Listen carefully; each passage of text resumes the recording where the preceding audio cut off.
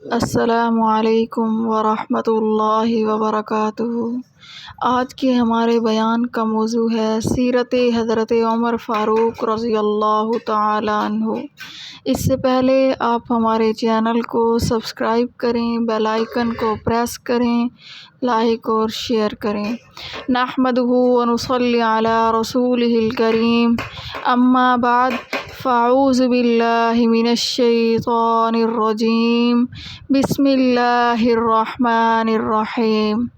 محرم الحرام کی یکم محرم کو سسر پیغمبر مصطفیٰ صلی اللہ علیہ وسلم، شہید مسلح پیغمبر مصطفیٰ صلی اللہ علیہ وسلم، مراد رسول اللہ صلی اللہ علیہ وسلم، داماد حضرت علی رضی اللہ تعالی عنہ، خلیفہ دوم امیر المؤمنین سیدنا حضرت عمر فاروق رضی اللہ تعالی عنہ کی شہادت کا دن ہے۔ اسلامی تاریخ کے عظیم انسان، عبقری شخصیت، بے مثال حکمراں اور قائد پیغمبر مصطفیٰ صلی اللہ علیہ وسلم، اسلام، حضرت محمد صلی اللہ علیہ وسلم کے جانثار صحابی، امیر المؤمنین، خلیفہ ثانی، عدل و انصاف، حق گوئی، بے باکی کی پیکر مجسم حضرت عمر فاروق کی حیات اسلام کے لیے ایک عظیم نعمت رہی، اور آپ کے اسلام کے لیے خود نبی کریم صلی اللہ علیہ وسلم نے دعا مانگی۔ آپ کے قبول اسلام کے ذریعے کمزور مسلمانوں کو ایک حوصلہ ملا، اور خود رسول اللہ صلی اللہ علیہ وسلم کو ایک بے مثال رفیق و ہمدرد نصیب ہوا۔ بلا شبہ سیدنا فاروق اعظم رضی اللہ تعالی عنہ کی ذات گرامی سے اسلام کو اور مسلمانوں کو بہت کچھ فیض پہنچا، اور آپ رضی اللہ تعالی عنہ کی زندگی اسلام لانے کے بعد پورے اسلام کے لیے وقف تھی۔ آپ نے بہت کچھ اصلاحات دین کے مختلف شعبوں میں فرمائی، اور ایک ایسا نظام دنیا کے سامنے پیش کیا کہ دنیا والے اس کی نہ صرف داد دینے پر مجبور ہوئے، بلکہ اس کو اختیار کر کے اپنے اپنے ملکوں اور ریاستوں کے نظام کو بھی درست کیا، اور بعض تو یہ کہنے پر مجبور ہو گئے کہ اگر دنیا کا نظام سنبھالنا ہو تو ابوبکر و عمر کو اپنا آئیڈیل بنایا جائے۔ تقویٰ، خلوص و للہیت، سادگی و بے نفسی، انکساری اور عاجزی، بے شمار خوبیوں سے اللہ تعالیٰ نے نوازا تھا۔ دنیا کے نظام کو چلانے اور انسانوں کی بہتر انداز میں خدمت کرنے کا خاص ملکہ عطا فرمایا تھا، جن کے ذریعے اسلام دنیا کے دور دراز علاقوں میں پھیلا اور اطراف عالم تک پہنچا، جن کی شوکت اور عظمت کا رعب دنیا کی بڑی بڑی طاقتوں کو تھا، اور بڑی بڑی سلطنتیں جن کے نام سے تھراتی ہیں۔ ایسے عظیم انسان کے دل میں اللہ تعالیٰ نے انسانیت کی خدمت، رعایا کی خبرگیری، مخلوق خدا کے احوال سے واقفیت کا عجیب جذبہ رکھا تھا۔ راتوں کی تنہائیوں میں لوگوں کی ضروریات کو پورا کرنے اور ان کے حال سے آگاہ ہونے کے لیے گشت کرنا، ہر ضرورت مند کے کام آنا اور ان کی خدمت انجام دینے کی کوششوں میں لگے رہنا آپ کا امتیاز تھا۔ آپ کی مبارک زندگی کے ان گنت پہلو اور گوشے ہیں، اور ہر پہلو انسانیت کے لیے سبق اور پیغام لیے ہوئے ہے۔ رسول اللہ صلی اللہ علیہ وسلم نے اس رفیق خاص کے بہت سے فضائل بیان کیے اور ان کی عظمتوں کو اجاگر کیا۔ ہم صرف ان کی بے مثال حکمرانی سے متعلق چیزوں کو پیش کرتے ہیں، اور اس سلسلے میں ان کی سادگی اور انکساری کے پہلو کو بھی بیان کرتے ہیں، تاکہ اندازہ ہو کہ جس کو اللہ تعالیٰ نے ایک بڑی سلطنت کا فرما روا اور منصب خلافت کا مسند نشین بنایا تھا، اس نے ان تمام کے باوجود مخلوق خدا کی خدمت میں کس طرح اپنے آپ کو مٹا دیا تھا۔ اور لوگوں کی بھلائی اور فائدے کے لیے کن کن چیزوں کو بروئے کار لایا تھا۔ فاروق اعظم کی زندگی کا حقیقی نصب العین رفاہ عام اور بہبودی بنو نوع انسان تھا۔ عادل حکمران سیدنا فاروق اعظم رضی اللہ تعالی عنہ نے اپنے دور خلافت میں عدل و انصاف کی بہترین مثال قائم فرمائی اور عادل حکمران بن کر تعلیمات عدل کو دنیا میں پھیلا دیا۔ مساوات و برابری اور حقوق کی ادائیگی کا حد درجہ اہتمام فرمایا۔ حضرت ابن عباس رضی اللہ تعالی عنہ سے مروی ہے کہ تم حضرت عمر کا ذکر کیا کرو کہ جب تم عمر کو یاد کرو گے تو عدل و انصاف یاد آئے گا اور عدل و انصاف کی وجہ سے تم اللہ کو یاد کرو گے۔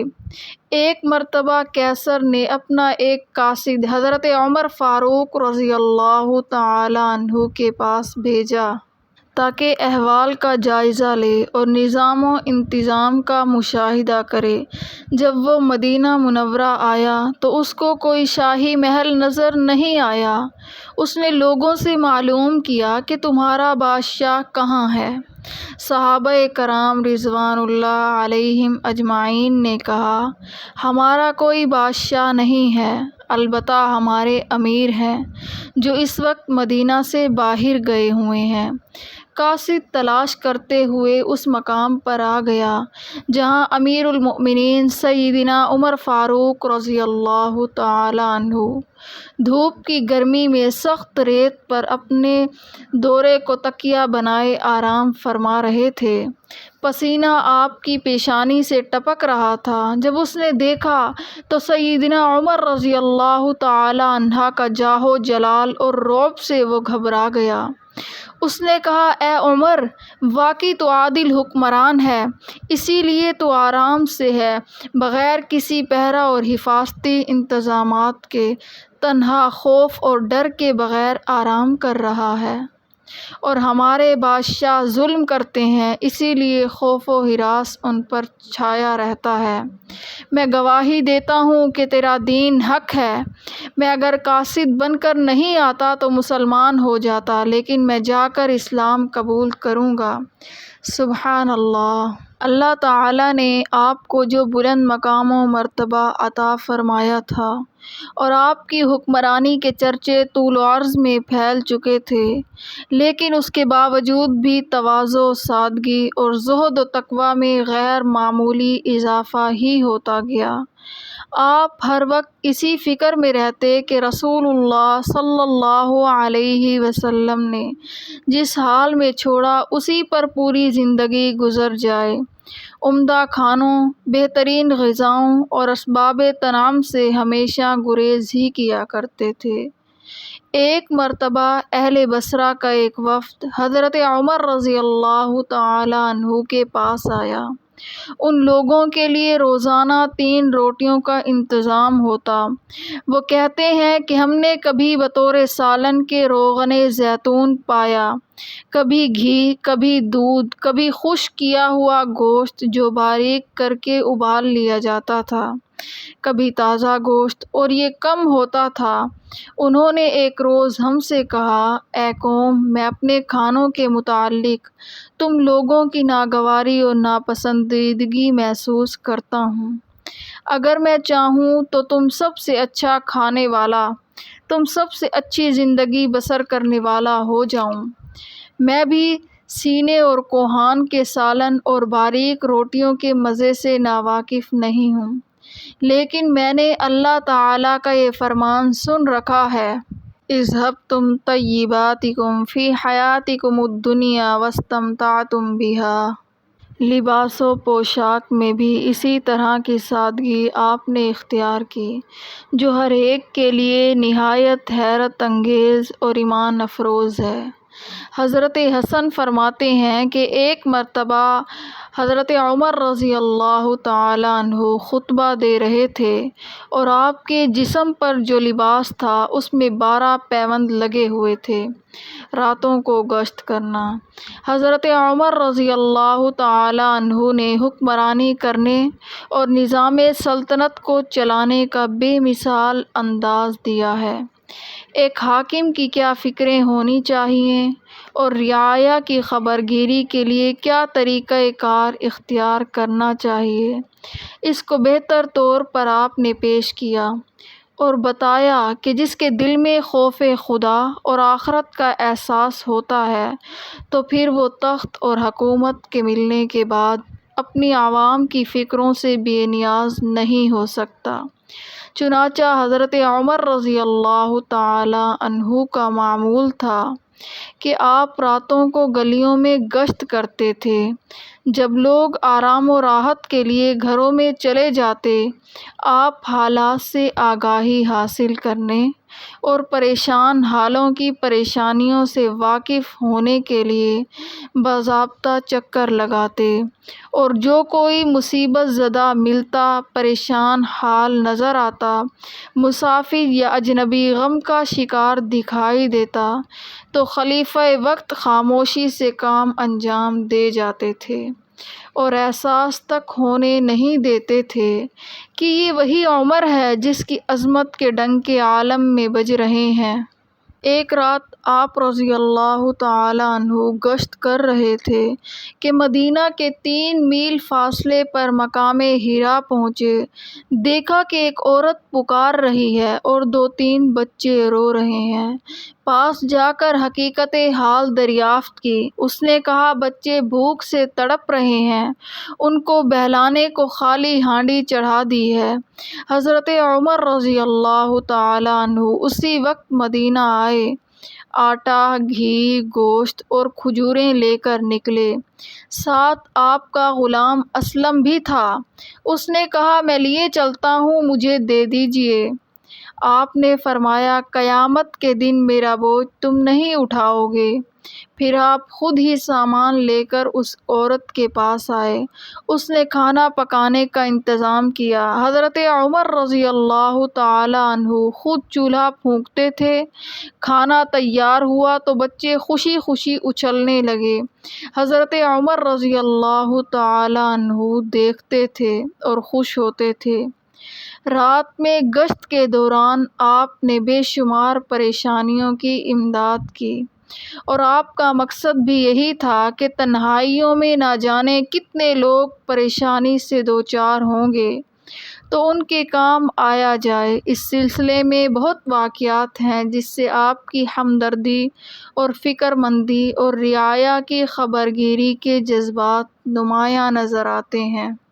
ضرورت مندوں کی خدمت۔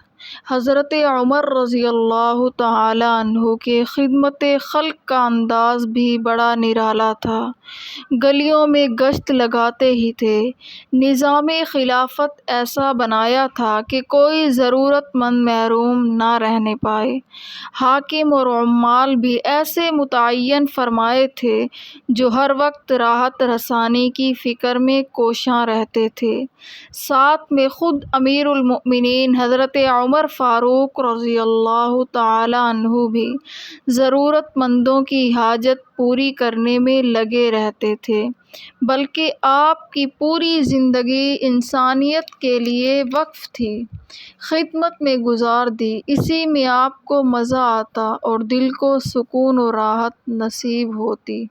حضرت طلحہ رضی اللہ تعالی عنہ فرماتے ہیں کہ ایک تاریک رات میں نے حضرت عمر رضی اللہ تعالی عنہ کو دیکھا کہ ایک گھر میں داخل ہو گئے، اس کے بعد دوسرے گھر میں داخل ہوئے۔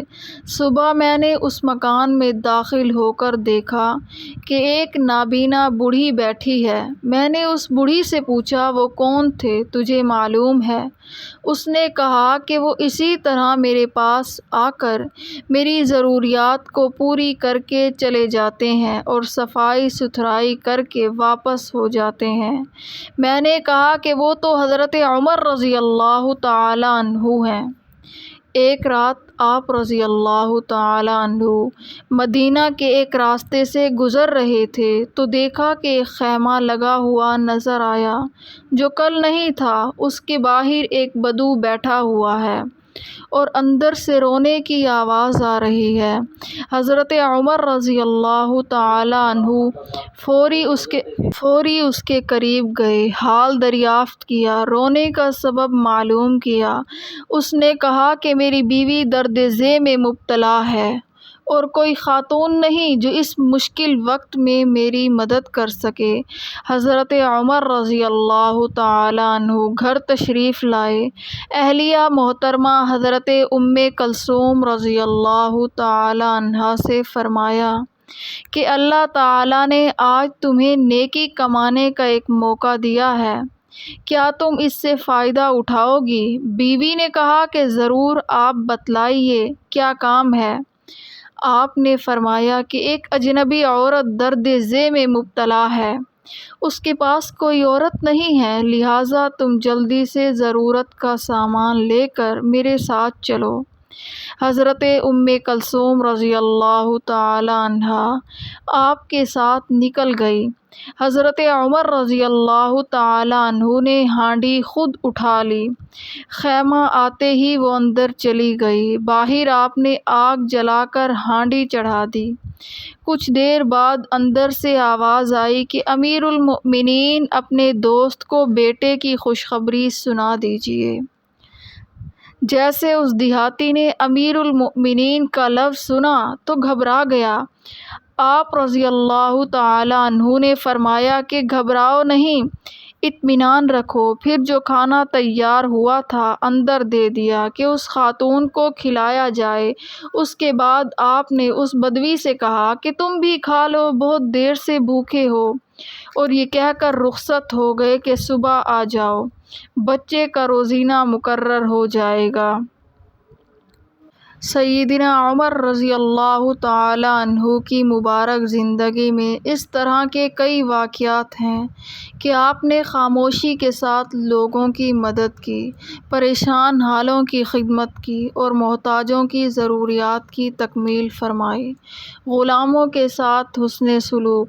سیدنا حضرت عمر فاروق رضی اللہ تعالی عنہ جس طرح اپنی رعایا اور دوسرے افراد کی راحت رسانی کی فکر میں رہتے اور ان کی خدمت کرنے میں پیش رہتے، اسی طرح آپ خادموں اور غلاموں کے ساتھ ایسا سلوک کرتے کہ غلام و آقا، مالک و مملوک کا فرق نہیں ہوتا تھا، ان کو آرام پہنچانے میں آگے رہتے۔ حضرت عمر رضی اللہ تعالی عنہ جن کی عظمت سے باطل کے دل لرزتے اور بدن کانپتے تھے اور اتنے دل رحم اور خیر خواہ تھے کہ ان کی رحم دلی اور خیر خواہی سے غلام بھی سکون و اطمینان محسوس کرتے تھے۔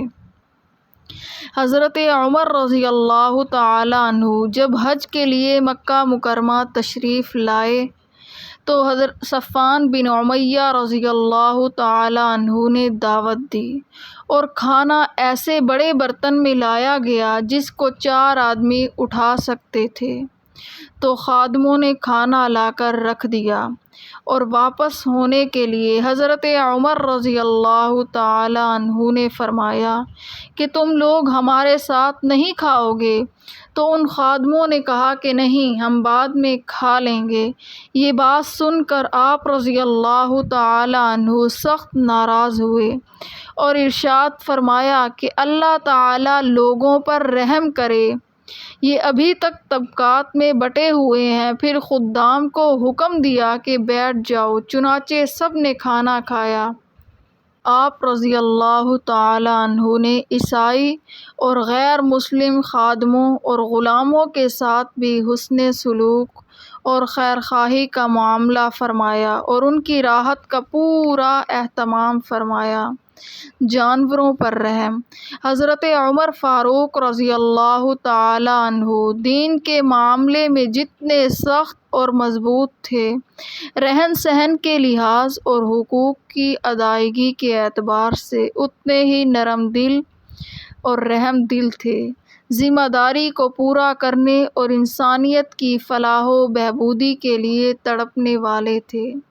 آپ کی رحم دلی اور خیر خواہی انسانوں کے علاوہ جانوروں پر بھی تھی۔ جانوروں پر زیادہ بوجھ ڈالنا، ان کو غیر ضروری استعمال کرنا، ان کے چارے کا صحیح انتظام نہ کرنا آپ کو بہت ہی ناگوار گزرتا، اور کسی ایک جانور کا بھی مالک کی بے جا زیادتیوں کا شکار رہنا بھی آپ کو رنج و غم میں مبتلا کر دیتا تھا۔ خوف و خشیت اور احساس و ذمہ داری کا یہ عالم تھا کہ ایک مرتبہ فرمایا کہ اگر بکری کا کوئی بچہ فرات کے کنارے مر گیا تو اللہ تعالیٰ قیامت کے دن حضرت عمر سے سوال کرے گا۔ احنف بن قیس کہتے ہیں کہ ایک مرتبہ ہم عمر رضی اللہ تعالیٰ عنہ کو ایک بڑی فتح کی خوشخبری دینے حاضر ہوئے۔ حضرت عمر رضی اللہ تعالیٰ عنہ نے پوچھا کہ تمہارا قیام کہاں ہے؟ ہم نے جگہ بتائی، آپ ہمارے ساتھ اس مقام پر آئے اور ہماری سواریوں کے قریب آ کر ان کو دیکھنے لگے۔ پھر فرمایا، کیا تم اپنی سواریوں کے بارے میں اللہ سے نہیں ڈرتے؟ تم جانتے ہو کہ ان کا بھی تمہارے اوپر حق ہے، ان کو کھلایا کیوں نہیں؟ ایسے کیوں چھوڑ دیا تاکہ یہ زمین پر چل پھر سکیں؟ ایک مرتبہ آپ نے مچھلی کھانے کی خواہش ظاہر فرمائی۔ آپ رضی اللہ تعالی عنہ کے غلام یرفع نے لمبا سفر کر کے مچھلی حاضر کی اور آ کر اپنی سواری کا پسینہ پوچھنے لگا۔ حضرت عمر رضی اللہ تعالی عنہ نے دیکھ کر فرمایا کہ عمر کی خواہش پوری کرنے میں ایک جانور کو اس قدر تکلیف اٹھانی پڑی، اللہ کی قسم عمر اسے نہیں چکھے گا۔ یہ حالت ہے اس عظیم المرتبت انسان کی اور اس بے مثال شخصیت کی کہ جو دین کے معاملے میں شمشیر بے نیام ہو جاتی اور حق کے سلسلے میں آہنی تلوار، لیکن مخلوق کا مسئلہ ہوتا یہ انسانوں کی بھلائی اور جانوروں کی خیر خواہی کا سوال، تو پھر اپنے آپ کو اس درجہ مٹا دیتے کہ دنیا والے ان کی اداؤں پر آج بھی رشک کرتے ہیں۔ سبحان اللہ۔ اللہ تعالیٰ نے ان حضرات کو کچھ اس انداز میں تیار فرمایا تھا کہ دنیا ہر دور میں ان سے سبق سیکھے اور راہ عمل کو استوار کرے۔ بیت المال کا استحکام۔ آپ نے خدمت خلق کے میدان میں جو اہم کام انجام دیے اس میں نظام بیت المال کا استحکام بھی ہے۔ حضرت ابوبکر صدیق رضی اللہ تعالی عنہ نے اپنی خلافت میں جو بیت المال قائم فرمایا تھا، حضرت عمر رضی اللہ تعالی عنہ نے اس کے نظام کو مضبوط و مستحکم فرمایا اور اصول و ضابطوں کے ساتھ اس کو جاری کیا، اپنی اولاد کے مال و دولت کو اس میں لگا دیا اور خود سادگی کی زندگی گزار دی۔ حضرت ابن سعد کی ایک روایت سے ظاہر ہوتا ہے کہ حضرت ابوبکر رضی اللہ تعالی عنہ نے ایک مکان بیت المال کے لیے خاص کر لیا تھا، لیکن وہ ہمیشہ بند پڑا رہتا تھا، اس میں کچھ داخل کرنے کی نوبت ہی نہیں آتی تھی۔ چنانچہ وفات کے وقت بیت المال کا جائزہ لیا گیا تو صرف 1 درہم نکلا۔ حضرت عمر رضی اللہ تعالی عنہ نے تقریباً 15 ہجری میں ایک مستقل خزانے کی ضرورت محسوس کی اور مجلس شورا کی منظوری کے بعد مدینہ منورہ میں بہت بڑا خزانہ قائم کیا۔ دارالخلافہ کے علاوہ تمام اضلاع اور صوبہ جات میں بھی اس کی شاخیں قائم کی گئی اور ہر جگہ اس محکمے کے افسر جداگانہ مقرر کر دیے گئے۔ صوبہ جات اور اضلاع کے بیت المال میں جس قدر رقم جمع ہو جاتی تھی وہ وہاں کے سالانہ مصارف کے بعد اختتام سال صدر خزانہ یعنی مدینہ منورہ کے بیت المال میں منتقل کر دی جاتی تھی۔ صدر بیت المال کی اہمیت کا اندازہ اس سے ہو سکتا ہے کہ دارالخلافہ کے باشندوں کی جو تنخواہیں اور وظائف مقرر تھے، صرف اس کی تعداد سالانہ 3 کروڑ درہم تھی۔ حضرت عمر فاروق رضی اللہ تعالی عنہ نے دعا مانگی تھی کہ اے اللہ مجھے تیرے راستے میں موت آئے اور تیرے نبی کریم صلی اللہ علیہ وسلم کا شہر نصیب ہو۔ اللہ تعالیٰ نے آپ رضی اللہ تعالی عنہ کی دعا کو قبول فرمایا اور اس کا عجیب انتظام فرمایا۔ حضرت مغیرہ بن شعبہ رضی اللہ تعالی عنہ کا ایک مجوسی غلام فیروز نامی تھا۔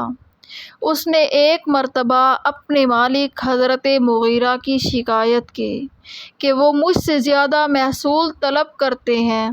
حضرت عمر رضی اللہ تعالی عنہ نے اس بے جا شکایت پر کوئی توجہ نہیں دی۔ اس نے غیظ و غضب میں ایک تیز خنجر تیار کیا اور نماز فجر میں چھپ کر کے بیٹھ گیا۔ جب حضرت عمر رضی اللہ تعالی عنہ نے تکبیر کہی، اس نے اس زور سے 3 وار کیے جس سے امیر المؤمنین سیدنا حضرت عمر فاروق رضی اللہ تعالی عنہ گر پڑے۔